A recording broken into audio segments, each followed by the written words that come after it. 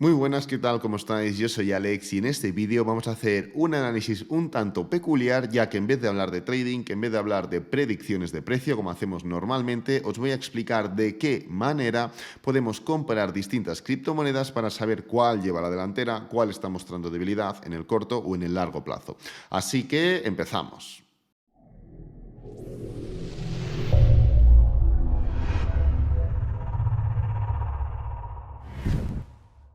La verdad que volvemos a suprimir el apartado de noticias porque considero que el mercado no pide saber o no pide reflejar que Instagram está aceptando NFTs, sino que pide un poco más de reflexión, un poco más de coherencia, análisis, etcétera, etcétera. Además que tampoco estamos en un punto donde haya demasiadas noticias. También condicionadas por la situación, ¿no? Tú al final cuando quieres impactar de alguna manera, pues debes anunciar en un momento en el que el mercado vaya a aceptarte esa noticia, vaya a aceptarte ese anuncio y pueda tener una repercusión directa en el precio, por ejemplo, ¿no? Entonces yo me imagino pues, que hay muchas criptomonedas, hay muchos proyectos que han paralizado un poco ese anuncio, ese posicionamiento en distintos ámbitos y eso pues genera que haya también menos noticias de lo habitual y de menos calidad. Hay muchas de índole de análisis, de predicción, etcétera, etcétera, y eso ya lo vamos a hacer aquí. Así que, yendo ya directamente al grano, podéis ver que el día está siendo bastante positivo. Tenemos Mana llevando la delantera en subidas de un 60%. Tenemos la cara B de Luna, donde no la tenemos ya listada en varios exchanges. Desconozco si completamente en todos, sinceramente. Y pues bueno, luego pues tenemos una media de subidas de, pues yo creo que la media será más o menos de entre 25% aproximadamente, ¿no? Hoy no vamos a analizarlas todas, lógicamente, sino que vamos a analizar el grupo de siempre que tenemos aquí en la lista azul. En este caso, el grupo está formado por Bitcoin, Cardano, Ethereum, Mana y Solana. Y empezando por Bitcoin, a ver, es muy importante ubicar un poco el contexto, ¿no? Sabemos perfectamente, y ayer ya hicimos un vídeo un poco destacando que la situación, a ver, es negativa, no es positiva, pero tampoco es de tan grave como el pánico extremo se refleja en el gráfico. Porque si analizas un poquito más fríamente, el precio, pues bueno, ha llegado nuevamente al nivel de los 30.000, está realizando un movimiento de continuación bajista, no ha confirmado aún el cambio de ciclo, por lo cual eso es una parte bastante positiva, no estamos en un ciclo bajista, ni mucho menos, y en gráfico diario no hemos roto aún o no hemos sido capaces de confirmar esa ruptura por debajo de los 30.000, ¿de acuerdo? Un tip que os recomiendo que podéis hacer de cara a entender si una criptomoneda está más o menos débil, porque al final sí, están subiendo un X%, pero ¿cuál genera más interés y cuál genera menos interés para el mercado? Pues es muy sencillo, utilizáis el nivel de los 30.000 de Bitcoin como referencia y veis cómo están ubicadas las criptomonedas. Bitcoin, en este caso, está exactamente en los 30.000. Pues bueno, veremos cómo están las demás criptomonedas que vamos a analizar hoy y a través de eso pues ya podéis tener una referencia muy fácil, muy simple y muy básica sobre el interés o no interés que generan esas criptomonedas en el mercado, ¿vale? Entonces, ayer ya comentamos, en pleno movimiento bajista, porque estábamos en un punto relativamente crítico, comentamos, vale, ahora mismo no pinta nada bien, pero hay que esperar a que el mercado confirme esa ruptura. Y efectivamente, finalmente no se ha confirmado, seguimos en una situación que no es atractiva, no es la mejor situación en la que nos podemos encontrar, pero es cierto que el mercado no llegó a confirmar esa ruptura por debajo de los 30.000. Es muy importante hoy, el día, por un motivo muy básico. El día de ayer, no, el anterior fue una vela bastante negativa, la cual rompió por debajo de los 30.000. La vela de ayer literalmente parecía que podía entrar y podía, bueno, generar una situación de crisis total. Llegamos por debajo de los 26.000, 25.300 aproximadamente y finalmente acabó siendo una desaceleración, una vela de empate, porque el mercado cayó mucho, pero a última hora recuperó bastante. Entonces, la vela de hoy, ¿por qué es tan importante? Pues bien, porque la vela de hoy ya se compara directamente con la vela de antes de ayer. Entonces, si hoy, que es un día atractivo, es un día de interés, o parece que está siendo un día de interés, el mercado no es capaz ni de al menos igualar la vela del otro día, esto implica y nos sigue manteniendo en una situación bastante negativa, ¿vale? Es así. Todo lo positivo que puede significar no haber confirmado esa ruptura o no haber sido tan letal en la ruptura por debajo de los 30.000 se volverá en nuestra contra si la vela de hoy, que es la que se equipara directamente a la de la ruptura de los 30.000, no es capaz de equilibrarla, ¿vale?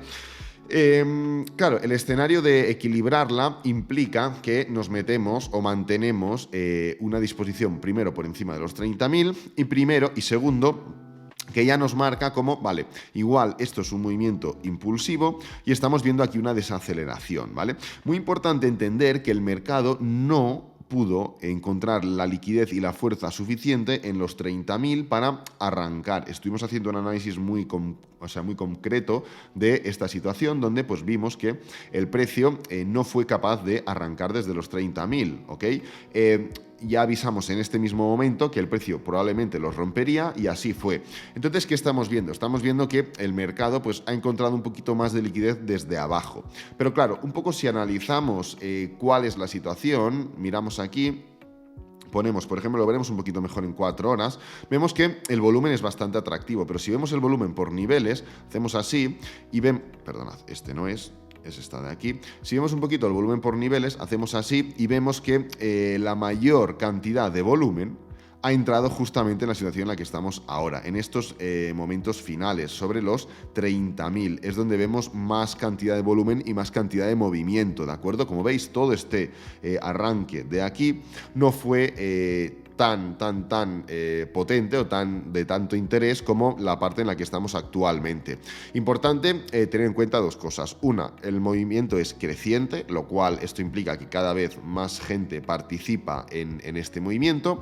Y dos, también es importante tener en cuenta que, claro, donde ha habido más volumen es aquí.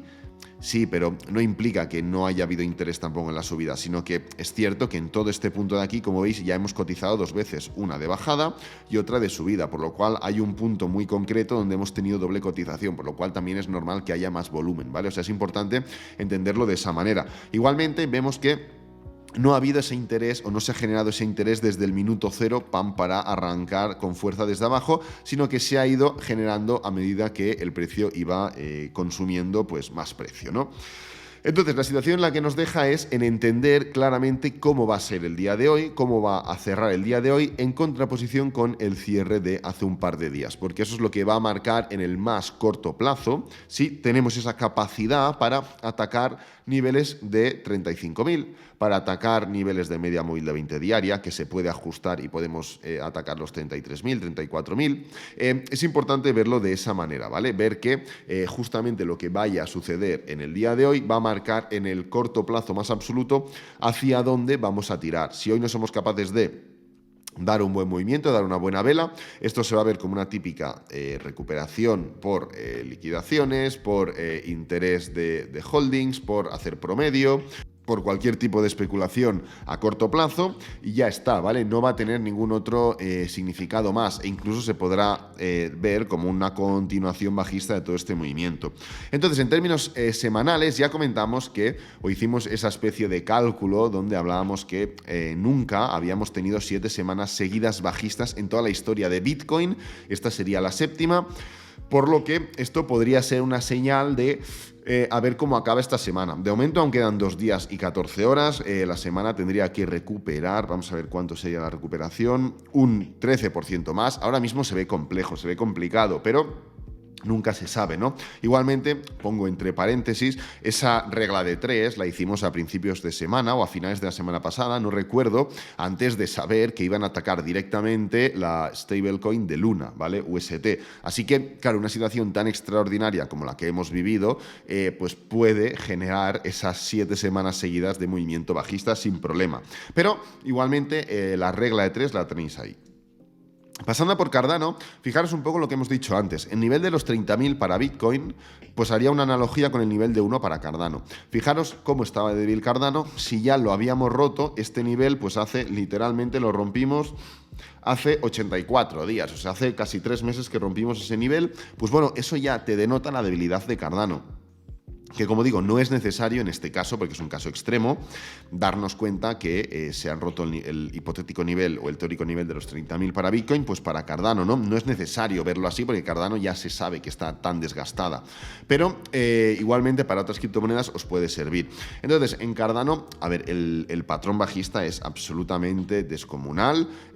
Claro, si miramos esta temporalidad mensual, pues puedes marcarla de, no, esto es un impulso, un pullback, un impulso y un pullback. Cardano está en un un cambio de ciclo desde hace ya semanas, está en un cambio de tendencia clarísimo y está en tendencia bajista y en ciclo bajista. O sea, esto no es desde hoy, no es desde la semana esta en la que hemos entrado y hemos tenido tantas caídas. Cardano ya está bastante tocado y desde hace bastante tiempo, ¿no? Como veis, se está intentando recuperar de la mejor manera posible, está haciendo esta gran low test que la mayoría de criptomonedas comparten, pero ya vemos detalles, vemos cómo Bitcoin no tiene prácticamente cuerpo y Cardano, la vela de ayer, tiene un cuerpo bastante negativo, por lo cual, aún dentro de un día que no es del todo negativo, vemos debilidades de Cardano en comparación con otras criptomonedas. Entonces, seguimos en la misma dinámica, ¿no? Sí que es cierto que el día de hoy está subiendo bien, está subiendo un 20%, bastante en la media, bastante normalito, pero en términos generales los días son inferiores a la comparación respecto a otras criptomonedas.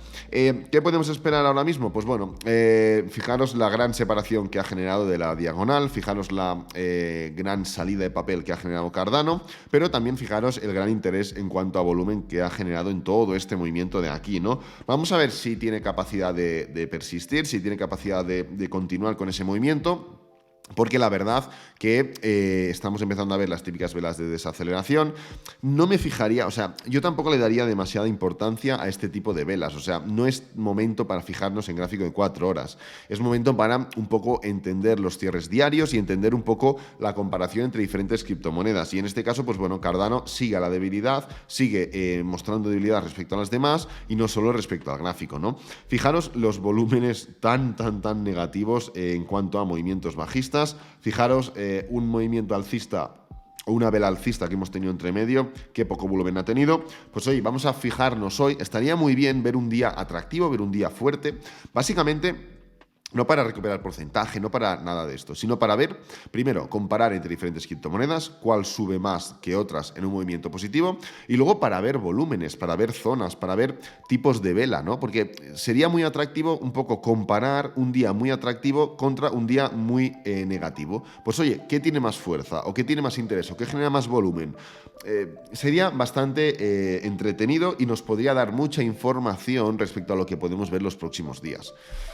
Pasando a por Ethereum, por ejemplo, muy similar a Bitcoin. Como veis, el nivel de Ethereum de 1923 aproximadamente sería el nivel de 30.000 para Bitcoin. Pues bueno, vemos que Ethereum en este gráfico semanal ha tenido un pequeño desbarajuste entre semana, intrasemanal, y está aguantando bastante bien. Pues esto ya es una característica que te indica un poco el interés que tiene la gente. No lo hemos ni roto. Bitcoin lo hemos roto claramente y la vela de ayer fue un poco la que se mantuvo. Fijaros que Ethereum tiene una vela muy similar a la que tiene Cardano el día de ayer, pero aún así se mantiene por encima del nivel de los 30.000, haciendo la comparación sin ninguna duda, sin ningún problema. Pues oye, esto te indica el gran interés que hay en Ethereum. Esto te indica el gran interés que hay en Ethereum. El día entre medio, después de toda la caída, fijaros en este día de aquí, exactamente el 10 de mayo, que es el mismo día que hemos comparado con Cardano, que fue un día positivo, y el volumen de Cardano era lamentable. Pues fijaros que el de Ethereum es bastante similar a los demás volúmenes. Pues oye, esto te da señales y no tienes que estar mirando ni datos fundamentales, ni tienes que estar mirando patrones técnicos, ni ninguna historia. Solo tienes que ver un poquito, hacer una comparación entre diferentes criptomonedas, diferentes indicadores, etcétera, etcétera. Otro elemento importante es entender que dentro de los movimientos alcistas, lo más normal es que Bitcoin vaya por detrás de la mayoría de altcoins, porque las altcoins son más volátiles. En cambio, dentro de movimientos bajistas, todo lo contrario. Bitcoin se mantiene bastante mejor.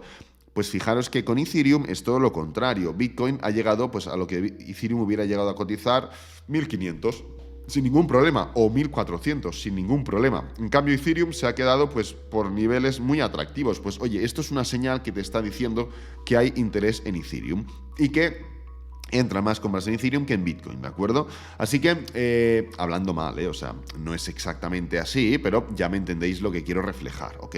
Entonces, pasando a la siguiente, Mana, la que está subiendo hoy un 50 y pico por ciento, claro, 50 y pico por ciento, pero, claro, es que la caída de Mana ha sido devastadora. O sea, si miramos desde los máximos históricos, Mana ha llegado a caer un 90%.